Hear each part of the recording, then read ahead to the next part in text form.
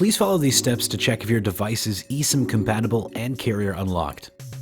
You can also check if your device is listed in the link to a list of eSIM compatible devices found in the description box below.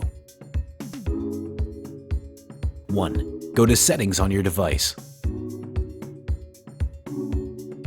2. Go to General. 3. Go to About. 4.